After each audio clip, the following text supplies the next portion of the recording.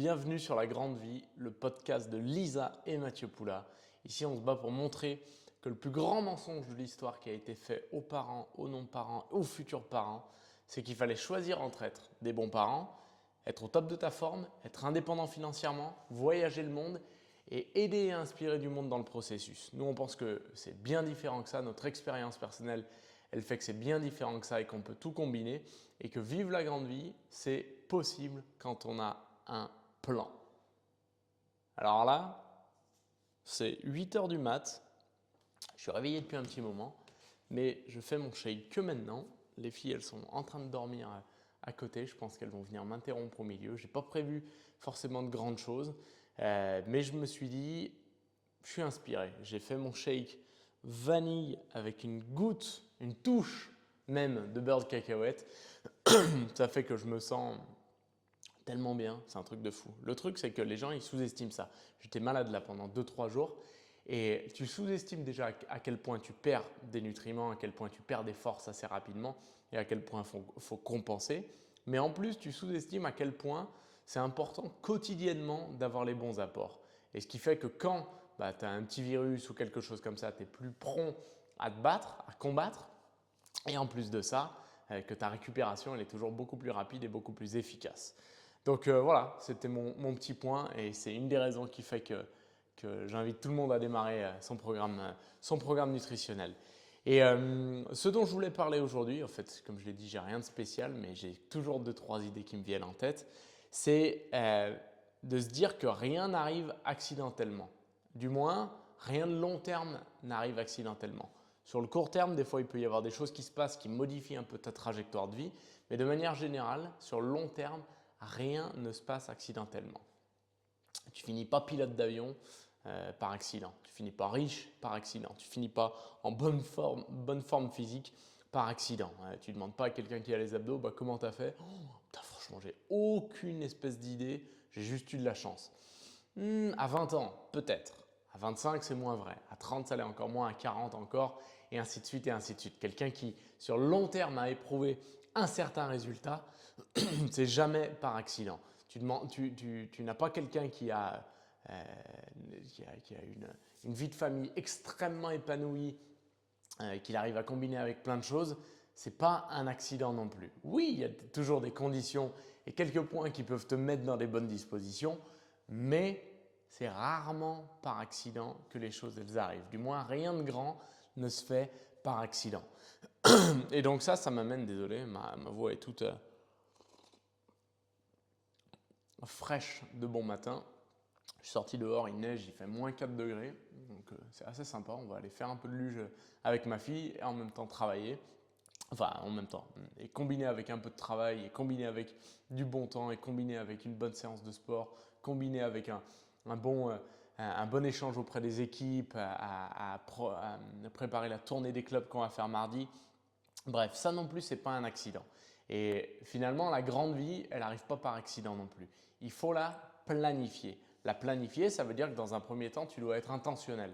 Tu dois être intentionnel à savoir exactement ce que tu veux. Et quand je dis exactement ce que tu veux, en réalité, je ne suis pas très honnête en le disant parce que nous, quand on a démarré avec Lisa, c'était un espèce de sentiment intérieur. C'est comme un truc qui brûle, un feu, un désir, un feu un peu ardent. Tu ne sais pas exactement le définir, tu ne sais pas si c'est des voitures que tu veux, tu ne sais pas si c'est de la liberté, tu ne sais pas si c'est plus de temps, tu ne sais pas si c'est plus d'argent, tu ne sais pas si c'est plus de temps avec la famille. Parce que déjà, toutes ces choses-là, tu ne les as jamais expérimentées. Mais tu sens, et peut-être c'est d'ailleurs l'étape numéro 1, tu sens une espèce de dissonance entre ce que tu as, ce que tu vis et ce que tu devrais avoir, et ce que tu devrais être et ce que tu devrais vivre. Et ça, c'est la première étape pour moi. La première étape, c'est de se rendre compte que il y a un truc qui cloche, il y a un truc qui ne va pas. Numéro 2, c'est d'être intentionnel. Une fois que tu sens qu'il y a un truc qui ne va pas, tu dois être intentionnel dans ta recherche. Ce que ça veut dire, c'est que peut-être jusqu'à maintenant, jusqu'au moment de trouver ton opportunité, tu te laissais un petit peu porter par le moindre, la moindre distraction, le moindre événement extérieur qui faisait que du coup ta vie c'était plus un hasard continu et un hasard continu et répété. Et donc du coup il n'y avait pas forcément d'intention particulière. Une fois que tu as ressenti ce premier besoin, cette première dissonance, là, il faut être intentionnel. Ok, je veux plus ça. Maintenant, il faut que je sois extrêmement attentif sur ce qui se passe autour de moi et qui, en fonction de ma petite expérience, me semble aller dans le bon sens. C'est-à-dire que peut-être que jusqu'à maintenant, c'était OK de jouer aux jeux vidéo toute la journée. Peut-être que jusqu'à maintenant, c'était OK de passer 8 heures à scroller sur ton téléphone par jour entre le boulot et en fait le scrollage de téléphone. Maintenant, c'est différent. Une fois que tu sais, une fois que tu as trouvé et ressenti cette dissonance en toi, là, il faut être intentionnel là-dedans et analyser clairement tes actions. Ça, pas sûr que ça m'aide beaucoup. Ça m'aide un peu plus, il faut que j'augmente un peu le temps que j'y passe. Ça, il faut que j'y prête un peu plus attention. Donc, être intentionnel. Être intentionnel. Numéro 3, je l'ai dit et je l'ai répété, c'est trouver ton opportunité. Quand tu es intentionnel, tu trouves ton opportunité. Si tu ne l'as pas, moi j'en ai une. Numéro 4, c'est de se faire un plan. Faire un plan, c'est sûr que c'est peut-être la partie la plus, pas la plus difficile en réalité, mais c'est une partie qui est difficile parce que si par exemple un de tes plans c'est de devenir indépendant financièrement, c'est très difficile si tu ne viens pas du tout d'un environnement et d'un entourage qui a fait ça, c'est très difficile de connaître comment le faire, ce qu'il faut faire, les chiffres qu'il faut avoir, si tu es sur la bonne voie, si tu es bon ou non. Et donc c'est là que dans l'opportunité que tu vas trouver, c'est important d'avoir des gens de confiance et de qualité autour qui, eux, ont vécu ce que tu veux vivre pour qu'ils puissent te valider ou non ton plan et te recentrer. Nous, une des chances incroyables qu'on a avec Herbalife Nutrition, c'est qu'on a un plan marketing, un plan de rémunération qui fait que tu sais si tu es on track ou pas. Et ça te donne un cadre, certes, qui est que sur notre activité professionnelle, mais tu sais que si tu suis ce cadre, en regardant les gens qui l'ont suivi auparavant, tu sais que tu vas aller dans la bonne direction et que tu vas commencer à te créer la vie que tu veux en suivant déjà ce premier cadre-là. Il va falloir après bosser sur tous les autres aspects, mais on y reviendra juste après. Donc une fois que tu as ton plan, l'étape d'après, c'est de le suivre. Et c'est là où je veux en venir aussi. C'est que croyez pas, enfin, oui, il va te falloir un moment de ta vie où tu as un déséquilibre, où une partie tu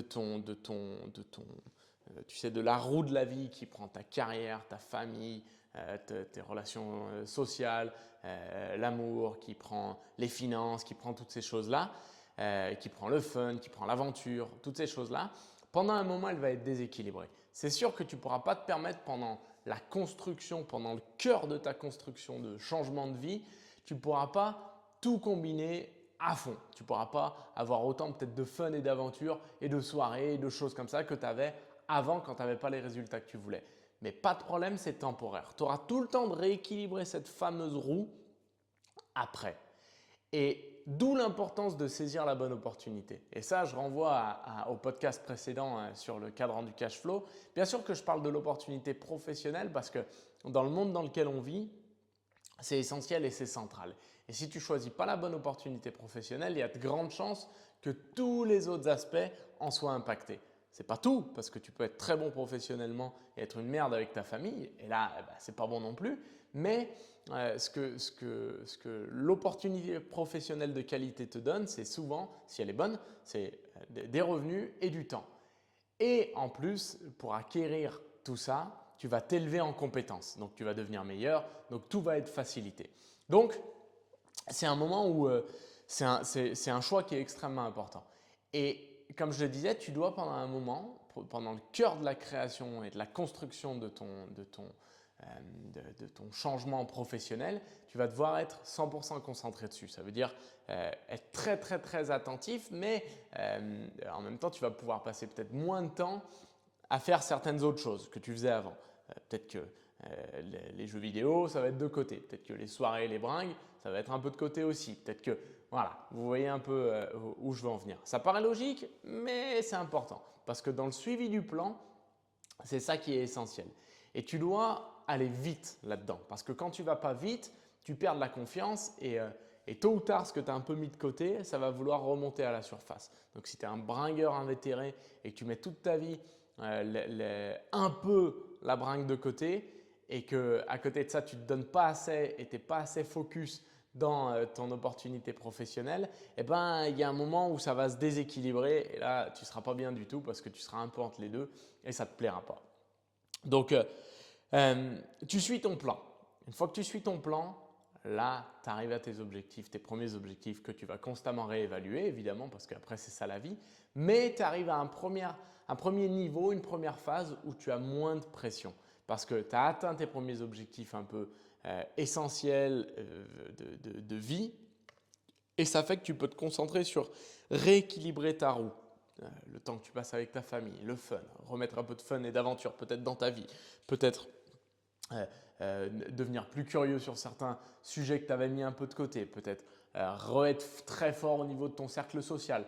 Toutes ces choses-là, tu vas pouvoir les rééquilibrer sans la pression majeure qu'on a dans notre monde actuel, qui est tes finances et puis ton activité professionnelle de manière générale. Et ça, je crois que c'est important parce que tant que tu ne l'as pas en tête, ce cheminement, tu vas toujours être un peu entre les deux. Et comme tu ne te donnes pas à fond nulle part, ça ne fonctionne pas. Donc ça, c'est un peu la roadmap, comme on pourrait dire, de comment atteindre la grande vie ou du moins de comment ne pas attendre que accidentellement tu en arrives là où tu veux. Parce qu'il n'y a rien de pire, il n'y a rien de pire que ça, que de se dire que de laisser la vie nous arriver. Oui, évidemment qu'il faut une part d'inconnu et une part de surprise et je suis le premier à le mettre en avant et à le demander, mais tu ne peux pas laisser le résultat de ta vie complètement au hasard. Il y a déjà tellement de choses que tu ne contrôles pas, il y en a peu que tu contrôles, celles que tu contrôles, tu devrais faire en sorte de les maîtriser à fond et de faire en sorte, surtout plus que de les maîtriser dans le sens de comment toi tu vois ta grande vie pour toi, comment toi tu vois la vie idéale que tu voudrais vivre. Et ça, il faut être intentionnel, il faut être suffisamment presque énervé de cette dissonance entre je sais que je pourrais avoir mieux ou être mieux, vivre mieux et je ne l'ai pas. Avoir ton intention, trouver ton opportunité, avoir un plan, suivre ton plan, bien t'entourer et ensuite faire en sorte que la qualité de ta vie globale, elle s'améliore. Mais ce n'est pas un accident. C'est pas un accident. Et beaucoup de gens, de la façon dont ils l'abordent, selon moi, hein, et ça m'attriste parce que je pense juste que qu'il leur manque peut-être juste les éléments que j'ai donnés juste avant. Pour beaucoup de gens, ils espèrent qu'un patron va leur donner une promotion. Ils espèrent qu'un de leurs collègues va partir pour pouvoir prendre leur place. Ils espèrent que le rendez-vous de fin d'année leur donnera une augmentation financière. Ils espèrent que ça se passera bien avec leur femme, que ça se passera bien dans leur famille. Ils espèrent que par magie, ils vont perdre les 4-5 kilos ou les 2-3 kilos qu'ils prennent inexorablement toutes les années, que ça va se tasser, que ça va changer. Ils ne changent rien, mais ils attendent du changement. Ça ne fonctionne pas. Ça, c'est attendre que accidentellement ta vie, elle change.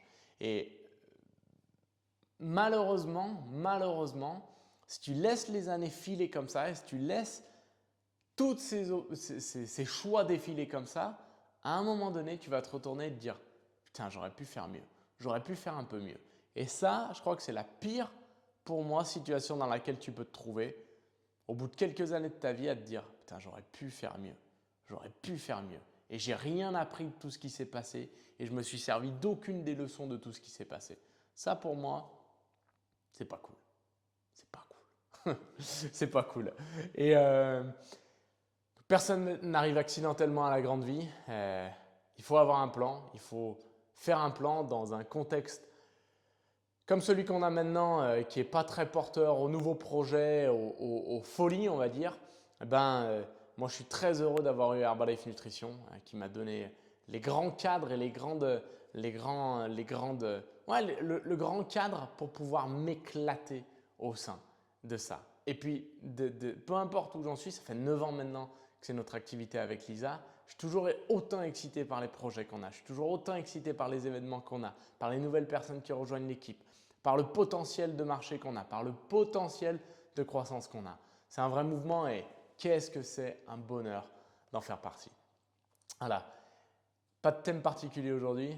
J'espère que ça vous a fait kiffer quand même.